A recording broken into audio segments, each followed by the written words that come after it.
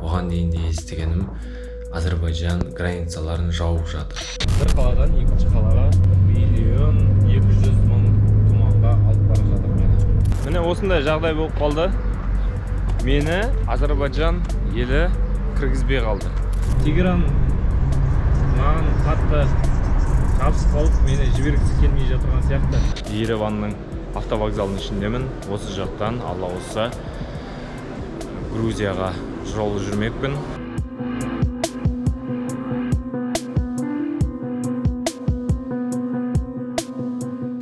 Иран еліне кірер кезде шекарадан айтып еді, сізді Азербайжан жақ кіргізбейді деп. Ол елге тек ұшып кіре аласыз деді. Сол айтқандарды ойлап Астараға бармас бұрын Тегеран әуежайынан билет алып, Бакуға дейін ұшып кеткім келді. Сол оймен Тегеран әуежайына қарай жолға шықтым. Метромен барам деп көп уақытымды жоғалттым. Қызылмен жазылған уақыттар көрініп тұр ма сіздерге? 5:30, 7:30, 9:30, 11:30, 1:30, 3:30 және 5:30. Осындай уақыттарда жүреді екен. Имам Хамейни деген аэропортқа егер барып жатсаңыздар, тек қана осы уақыттарда тек жүреді. Ерте келіп қалмаңыздар. Мен 1 сағаттай отырып күтіп қалдым. Сондықтан ерте келмегендеріңіз дұрыс болады. 2 пересадка жасап, 2 сағат дегенде келдім әуежайға. Бұл Тегеран аэропорты. Тегеран аэропорты жақсы, жаңа болғанмен, бұндағы самолеттар өте ескі.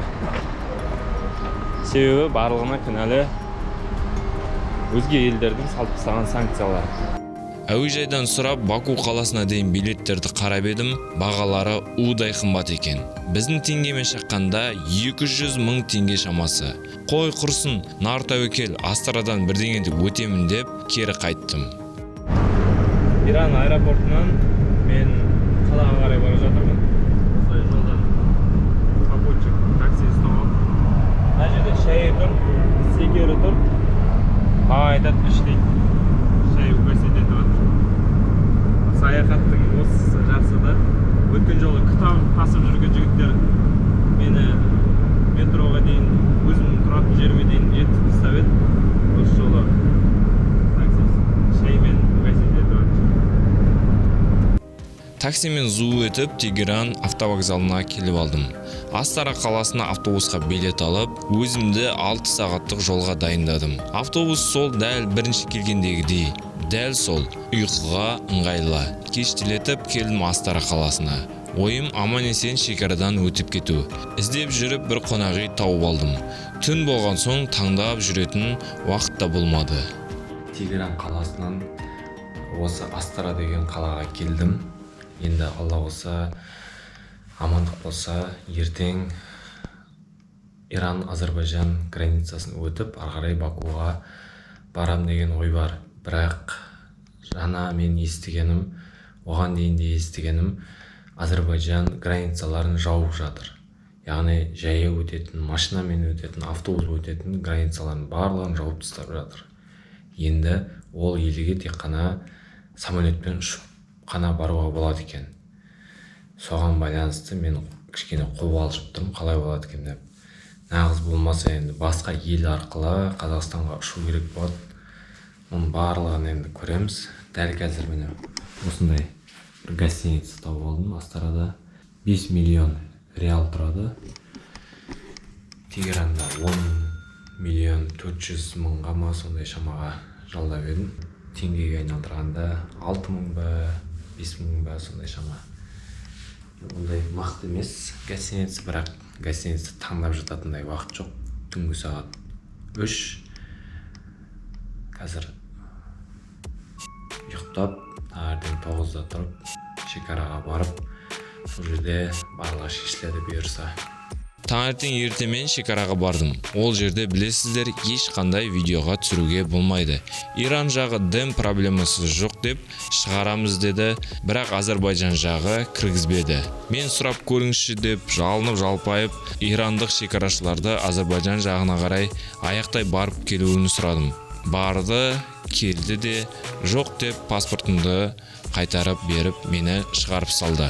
Амалсыз бұрылып кері қайтуға тура келді. Міне осындай жағдай болып қалды. Мені Азербайжан елі кіргізбей қалды. Қалай кіргізбей қалды? Негізінен әуе жолымен барсаңыз кіргізеді, бірақ жермен, яғни жаяу дейді ғой, жаяу границадан өтуге болмайды екен. Менің артымда тұрған Иран шекарасы, олар өткізді мені. Бірақ ары қарай Азербайжан жағы қабылдамай қалды. Маған енді Бакудан Ақтауға дейін билетім алып тұр. Сондықтан бірдеңе етіп Бакуға жетіп алу керек. Мен қазір Тебриз деген қалаға барам. Тебризден ұшып Бакуға барып көрем. Егер билет қатты қымбат болмаса әрине. Ал егер қымбат болып жатырса, ары қарай Түрк елінен бері қарай ұшам ба, оның барлығын алдағы видеода міндетті түрде көрсететін боламын. Менің осындай қызықты хикаяға толы саяхатым жалғасуда. Егер сіздерге қызықты болса, видеоның соңына дейін қараңыздар, маған тілекші болып қойыңыздар. Ендігі бар ой Тебриз деген қалаға жету. Сол қаладан Бакуға ұшу. Не болмаса, Ереванға автобуспен барып, ары қарай Грузия арқылы елге жетіп алу. Соның барлығын ойлап басым қатып келе жатса, ескі досым келіп тұрған мопедпен. Осындай адамдарымен баурайды ғой Иран. Ешқандай жаман ойы жоқ. Тек көмектесу үшін жүретін адамдар болады ғой. Соның нақ өзі ғой осы ирандық досым. This is Astra. Бұл Фаршет деген ең мықты адам Ирандағы. Мені тегін тасып жатыр. Қасында переводчик болды. Эксченж жасағанда бәріне көмектесіп болсын. Өткен жолы түнде келгенде көрсетпек болсам, жаңа көшеден көріп қалдым. Осылай таксовать етеді. You taxi? You work taxi? No. No taxi? No taxi. Just your friend for me. Достарын осылай тасып. Рахмет. От души. Тегін алып бара жатыр да осы.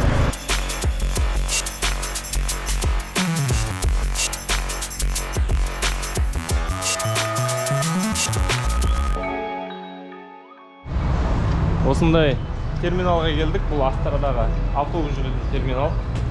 Осы жерден билет алып Тебризге жол жүретін боламын, Алла қаласа. Астана автовокзалына келсек, бұл жерден Табриз қаласына автобус мүлдем жүрмейді екен. Табризге бару үшін Ардабел деген қалаға жетіп алу керек екен. Ардабелден ары қарай автобус немесе таксимен бару керек екен. Жаңа біз барған жерде автобусқа билет жоқ екен. Енді қазір таксимен Ардабел деген бір қалаға барам. Сосын ар жағынан Ардабелден Тебризге Алла қаласа автобуспен жетіп алатын боламын. Мен шытырманға толы саяхатым жалғасуда. Көреміз, не болатын. Бұйырған көреміз, Алланың басымызға жазған бұйырған көреміз. Я шытырман саяхат деп осыны айт. Ардабел 85 км жерде екен. Оған тек таксилер жүреді. Себебі таулы жер болған соң. Осының барлығында мені тегін тасып жүрген, сөйлесіп жүрген осы ирандық досым. Дым ақша алмады да, тегін деп жүрді қасымда. Қонақ жайлық танытқаны деп түсіндім. Менің ирандық досыма осы Қазақстан шоколад беремді. Present for you. Thank you so much. Рахмет, мені тасып, бағадан бері жүрген, осынан Ирандағы ең мықты адам. Thank you.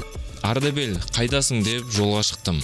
Жолда келе жатырған кезде таксиіміз Жанармай бекетіне тоқтады.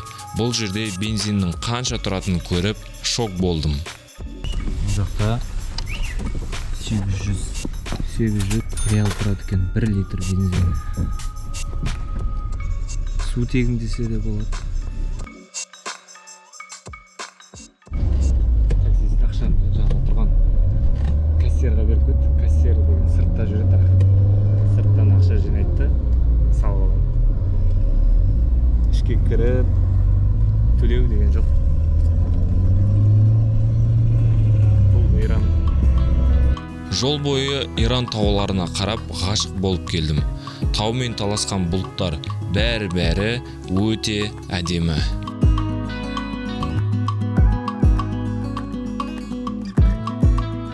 Бұлттардың арасымен келдік біз. Тау бұлттың арасы.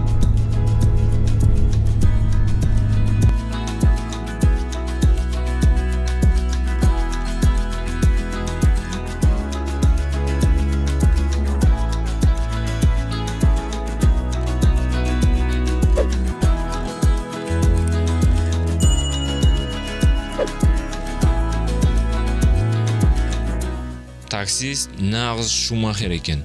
Таулы жер болса да мықты жүргізіп тұр. Қорқынышты болды аздап. Осылай тез Ардабел қаласының автовокзалына да келіп жеттік. Ардабел деген қалаға келдім. Енді қазір осы жерден Тебриз деген қалаға барамын. Сол жақтан Алла болса, амандық болса ұшып кетуге тырысам. Енді жаңа таксист деген прям мықты айдайды екен машинаны. Аман сен жеткеніме қуанып тұрмын. Аллаға шүкір. Енді ары қарай Тебриз қаласына аман сен жетіп алсам болды. Тебриз қаласына автобусқа билеттер жоқ екен, барлығы сатылып кеткен. Тек келесі күнгіге ғана бар екен. Осы қалаға қонып, бір күнімді жоғалтқым келмеді. Адамдардан сұрастырып таксиге келдім. Олар мен апарам деп өзара таласып та алды. Басында ағылшынша сөйлейтін таңдағым келді. Себебі 220 км жолда әңгіме соғып бару үшін. Ешқайсысы сөйлемейді екен ағылшынша.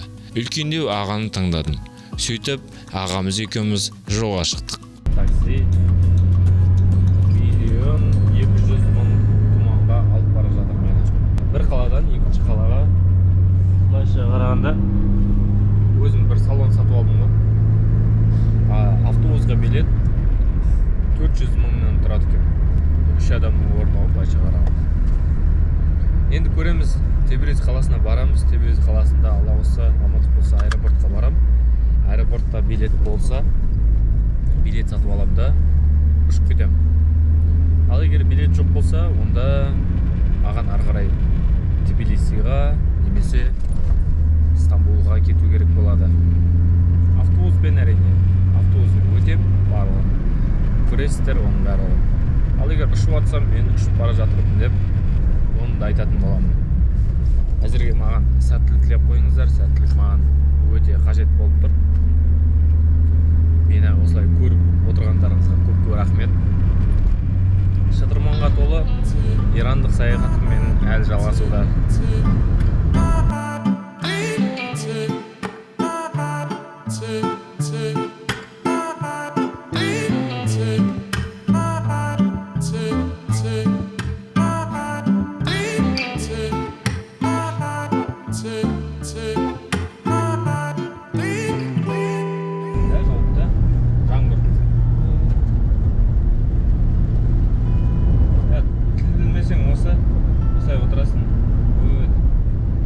Тілді үйреніңдер.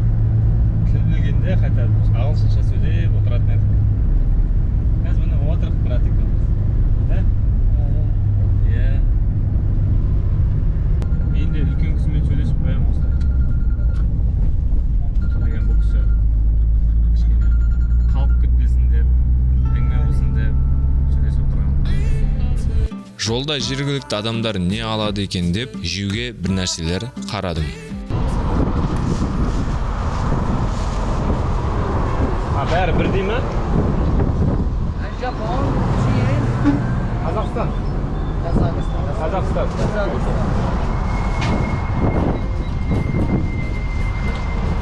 Болды. Тамам. Шағын қалалардың тұстарынан өткен кезде осы шопыр ағай магазиннен жергілікті жерде пісірілетін осындай сары нан алып шықты. Маған да алған екен. Болды осындай шетпек. Сары түсті шетпек. Екеу. Иісі ірімшіктен иісі шығады кішкене. Сары бір түрлі. Бісміллә.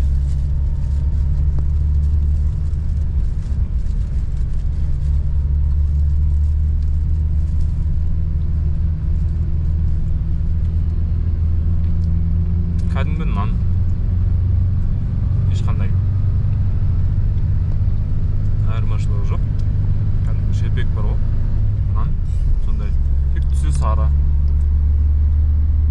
Мен білмеймін мынаның цветін қалай сары қылып жіберген. Және үстіне мынандай домалақ бірдеңелер бар. Не болса да жеп көру керек қой. Ирандық осындай сары шелпек.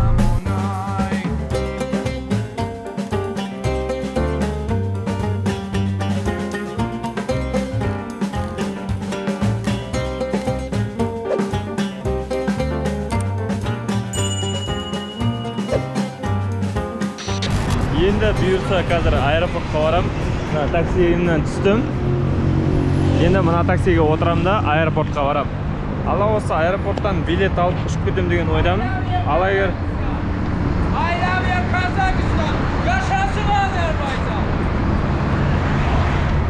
енді алла осындай көңіл күйде, жақсы көңіл күйде аэропортыма барып, аэропорттан билет алам деген ойдамын.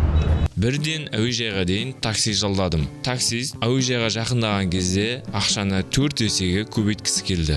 Таксистердің алдауларының бір түрі екен бұл жақта. 100 000 тұман деді де әуежайдың алдына келген кезде әр орынға деп тұрғы. Сонда мен 100 000 емес 400 000 төлеу керек екенмін. Біраз дауласып сол жерде 100 000-ды бердім де дым болмағандай кете бердім.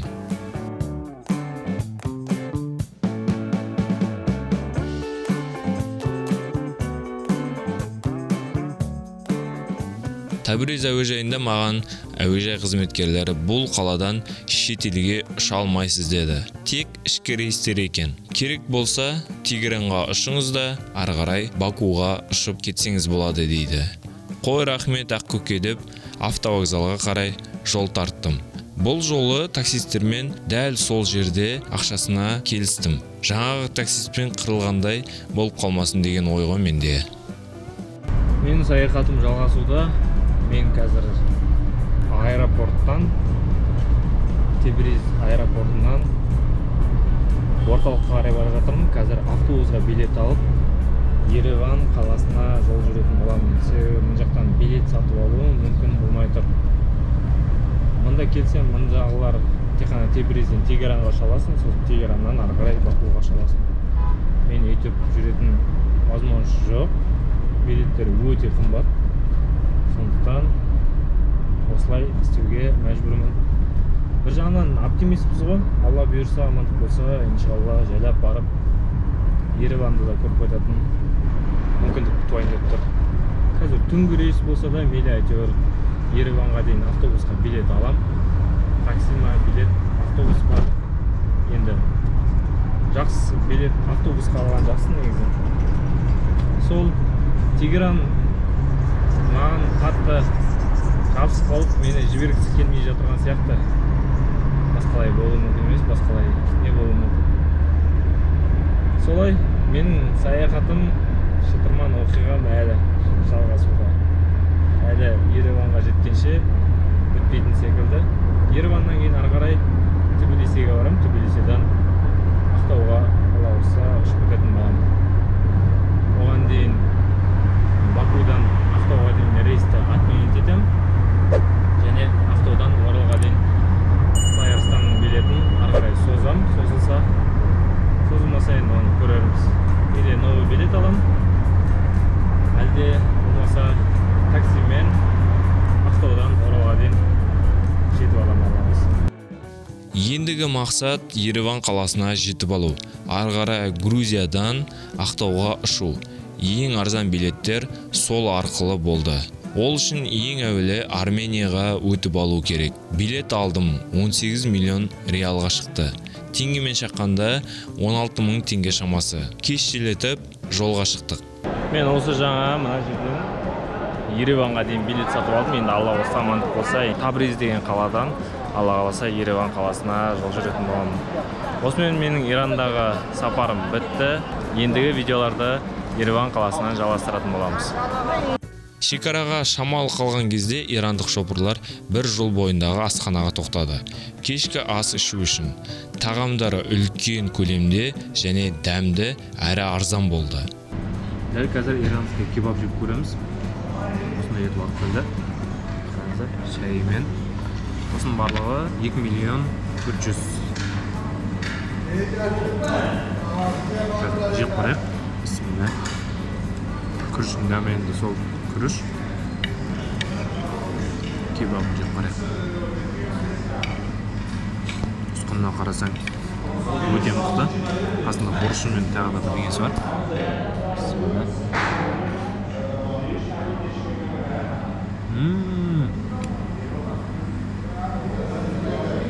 Мықты. Кейін жақта мынандай нан бар. Нанды үйсіп қойып бәрі сияқты. не нан ұстап жей алмайсың. Осындай.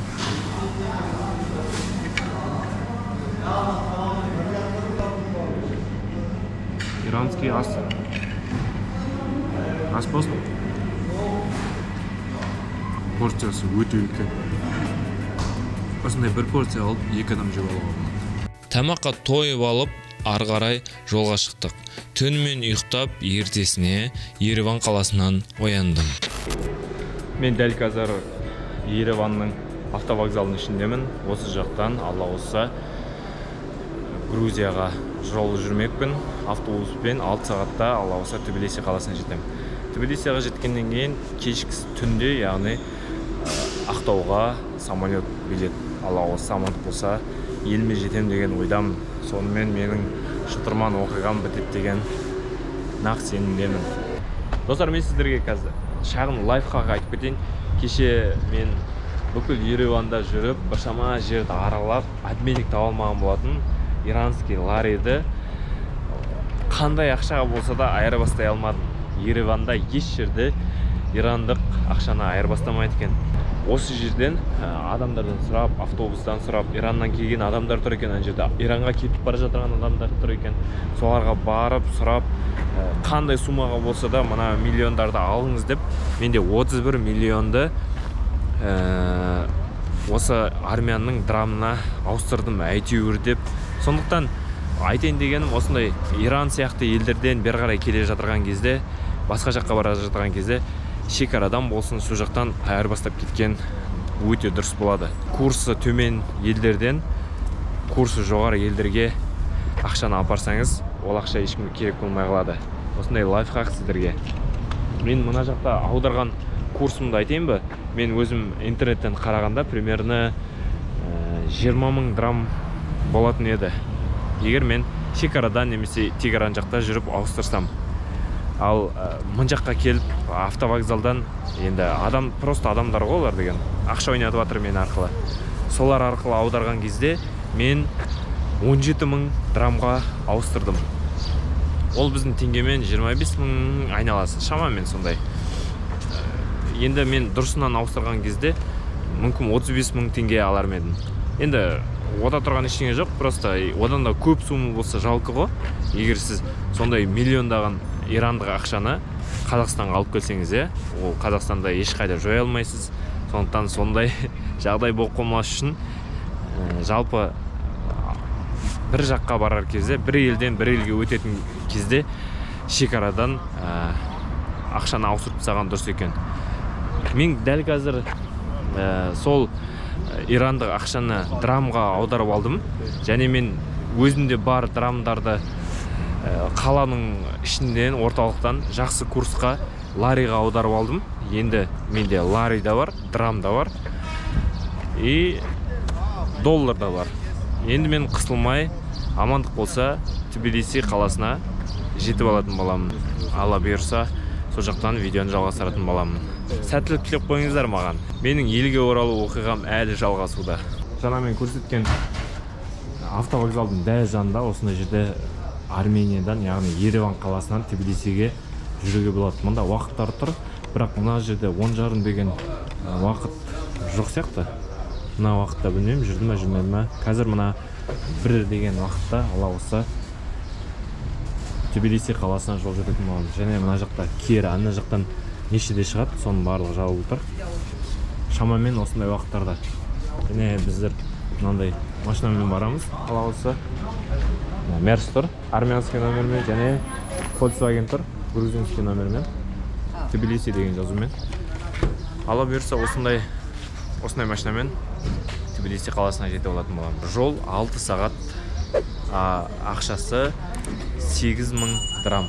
8 000 драм деген ол біздің теңгеге айналдырғанда 12 000 теңге, сондай 10 000 теңге, сондай шамада болады. Мен дәл нақты қанша теңге екен осы видеоның астына жазумен жазып қоятын боламын.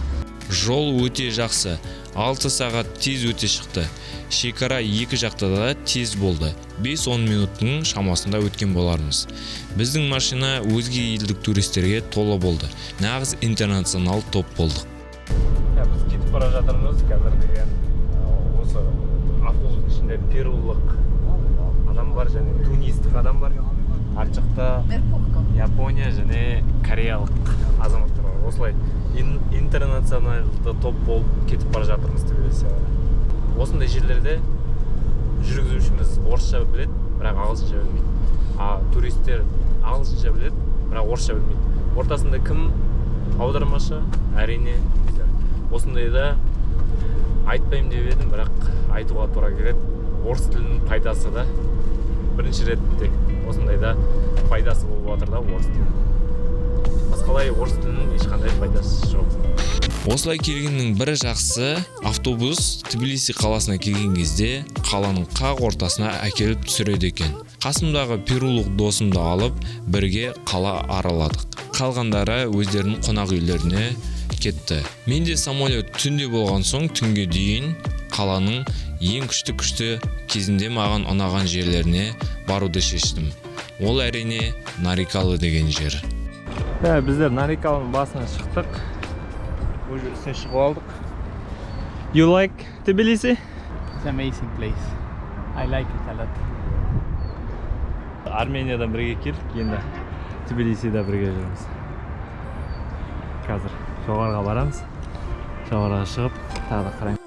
Нарикалыдан кері төменге қарай қайттық. Тбилисиде баратын жер өте көп. Алдыңғы жылғы видеодан қарап жіберсеңіздер болады. Ссылкасы осы жерден шығады және астында болады. Төменде көптеген ресторандардың біреуіне кіріп, сүйікті суп харчодан тапсырыс бердім.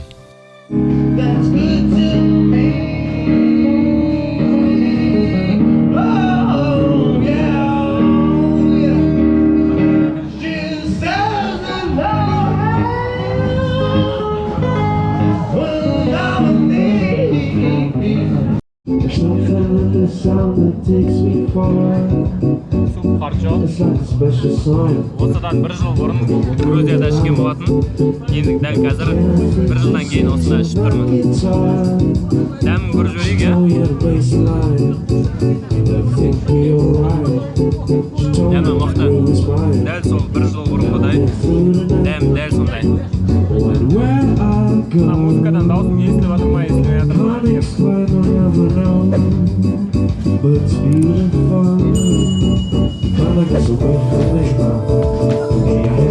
Кешкі асты ішіп алған соң перулық досыммен қоштасып, әуежайға қарай шықтым.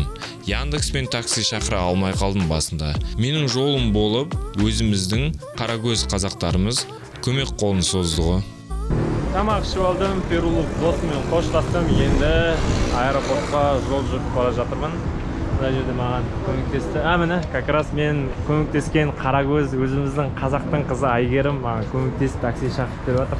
Алла осы амандық болса, қазір таксиге мен Тбилисидің аэропортына жетіп алатын боламын, Алла осы. Домашние тоже можно установить. Она заправляется или как? Для машины специально. Да потом ты смотришь, да, кто записывает? Да. Много записывает чего? На сколько время можно записывать? Кеште Грузия елінен ұшып, таң ата Атырау қаласында болдым. Мен Атырау әуежайындамын. Регистрация өттім. Қазір Алла қосса, бұйырса Орал қаласын ашатын боламын. Мен осы 2 күнде шамамен бір 3 сағат ұйықтаған болармын. Тбилисиден Ақтауға дейін ұшқан кезде бір жарты сағат, 1 сағат ұйықтаған болармын. 1 сағат дейін ладно. Сосын Ақтаудан Атырауға дейін ұшқан кезде 1 сағат ұйықтаған болармын. Шаршадым, бірақ әйтеуір Аллаға шүкір келе жатырмын. Осымен менің шытырман оқиғаларым бітті деп ойлаймын. Аллаға шүкір, әйтеуір барлығы шешіліп, аман-есен оралыма қазір жетіп алатын боламын, Алла қаласа. Оралға барғаннан кейін тағы да видео жасап қорытындылайтын боламын.